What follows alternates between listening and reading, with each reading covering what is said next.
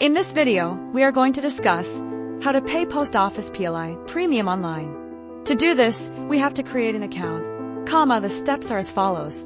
A customer ID for login can be created using the information in the policy document by clicking the Generating Customer ID link. URL for this page is given in the description box.